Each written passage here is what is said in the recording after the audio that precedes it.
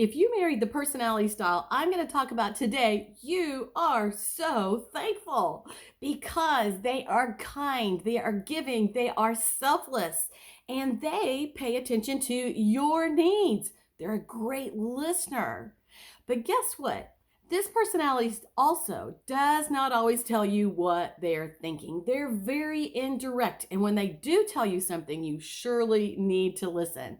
Well, some years ago, I had a friend who was, she was supportive, she was friendly, she was kind, just like I'm describing, but she married a bit of an opposite person. They had things in common and they enjoyed life, but there was a problem because he had quite a temper.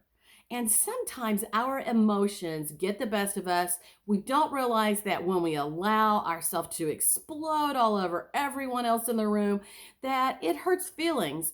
It drains energy. It drains your hope in life.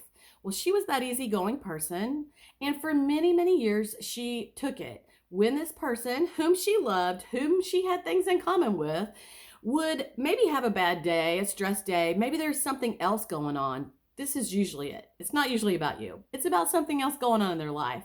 But it's their top emotion, and when they're stressed, they just get angry and they blow up all over everyone. You might know somebody, like you have to tiptoe around. You don't never know what mood they're going to be in.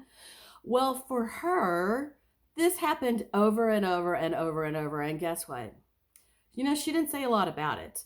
She didn't argue with her spouse, but one day she had just had it. It had been coming on, and she was thinking, I don't think I could take this anymore, even though they loved each other and they had things in common. She was thinking, I can't take this anymore, but she didn't tell her spouse. So one day she started making plans to leave.